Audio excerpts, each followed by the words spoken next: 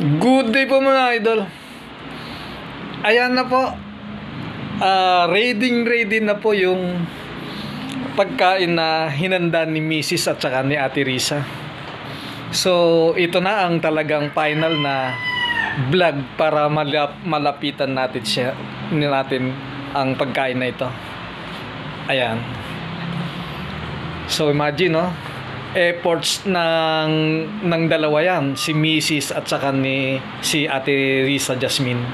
Sila nag-efforts para mailuto po yan. So, ayan po, oh. Merong sila rin ang naglitsyon yan, mga idol. Ayan po ang mga pagkain po. Ayan, mas maganda ng tignan ngayon, mas presentable na po.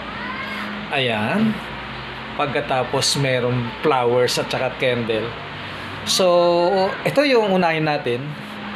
Ang sarap naman nito. Meron silang nilagay na palaman sa gitna at saka nila iniluto para matawag na lechon. Lechon na tiyan. Sige, sabihin na natin lechon tiyan.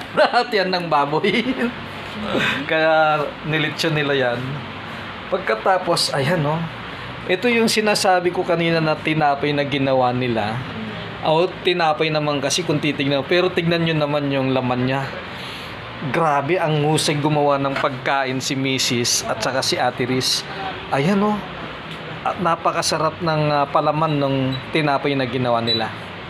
Tapos, meron ditong mga patatas, oh, na hindi ko alam kung ano yung isinahog nila rito. Yung tinapings nila, parang masarap talagang kainin, oh. Parang malinamnam. Tapos ito nga po yung binablog ko kanina na hipon na malalaki, sugpo. Siyempre hindi mawawala yung manok po yan, chicken, pero pinalalabas namin na turkey. Wala kaming mahanap na turkey. Kaya ang totoo, chicken lang po yan. Namili kami ng malaking chicken para mapagkamalan na turkey. Ayan po. Pagkatapos, ito ang tawag pala rito, macaroni ba to o red sauce pasta? Ayan. Basta pasta yan. At saka ito red sauce pasta. Ito naman pansit na malapad, carbonara. Ayan, no. Ayan, no, pansit na malapad. At saka red sauce pasta.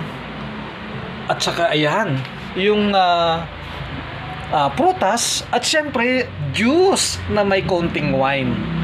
Ayan. Siyempre may nakatayo tayo mga flowers at saka candle. Yan. Efforts po yan ni Mrs. at saka ni Ate Riz. Ayan. Yan ang mga maghapon nilang inasikaso yan para lang ma-i-vlog ko ang mga pagkain na yan bilang celebration po sa Thanksgiving Day. Happy Thanksgiving Day! God bless America! Mabuhay Philippines! Yun lang po! Salamat! Bye-bye!